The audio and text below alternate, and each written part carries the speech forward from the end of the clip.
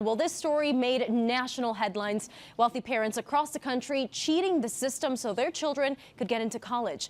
The scandal enraged parents and students would have worked hard to be admitted to the school of their dreams. Now, kids with special needs have also been affected with this bombshell of a story. Take a look. It was a story that shocked the nation. We're here today to announce charges in the largest college admissions scam ever prosecuted by the Department of Justice. We've charged 50 people nationwide with participating in a conspiracy that involved, first, cheating on college entrance exams, meaning the SAT and the ACT, and second, securing admission to elite colleges by bribing coaches at those schools to accept certain students under false pretenses. William Singer, the mastermind behind the scam, got kids into prestigious colleges and universities through a variety of ways, including faking a learning disability. To facilitate the scam, Singer counseled parents to take their children to a therapist and get a letter saying that because of purported learning disabilities or other issues, the child needed additional time to complete the ACT or the SAT. Singer then recruited a Harvard graduate, Mark Rydell, to either fix or take tests for students. The case of the daughter of actress Felicity Huffman, boosting her test scores. Students who were admitted to these schools by their own merit are outraged, many now asking who was left out to make room for the sons and daughters of the elite. It's just kind of shocking. I don't know. I work hard to go through school. I'm working. It's just tough to hear that. To see something like this happen, it's disgusting. In all, 50 people were charged in the scam, but as the investigation continues, it's believed Singer could have helped upwards of 80 families. Now the nation is wondering, what can parents do to help their kids get into their dream school without breaking the law? And what options do students with real learning disabilities have?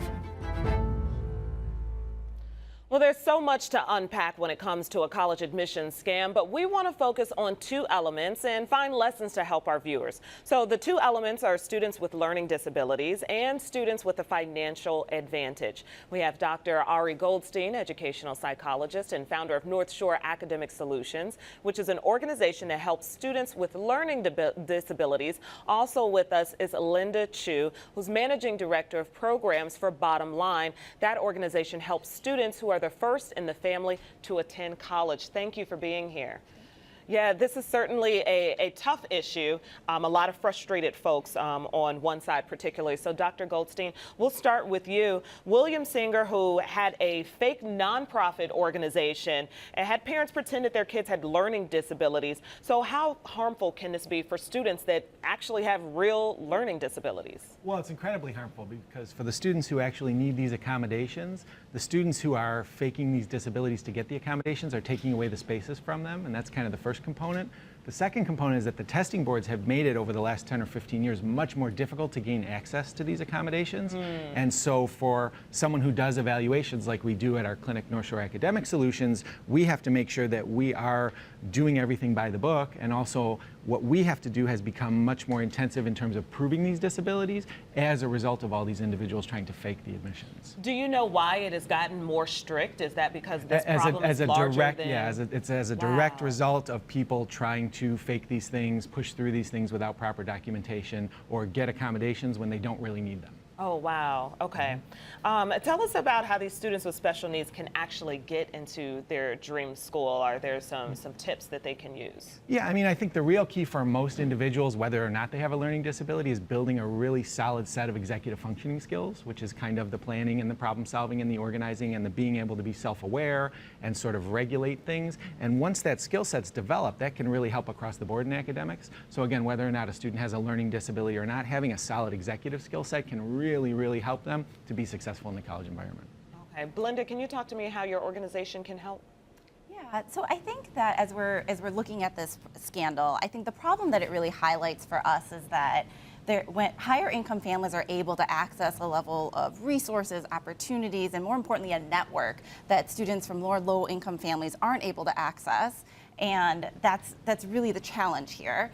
And for low-income students, we know that they can thrive and succeed in college, especially if students are electing to go to institutions that are affordable for them, as well as actively cultivating a network of support to ensure that they can leverage that once they're on campus in order to persist and graduate.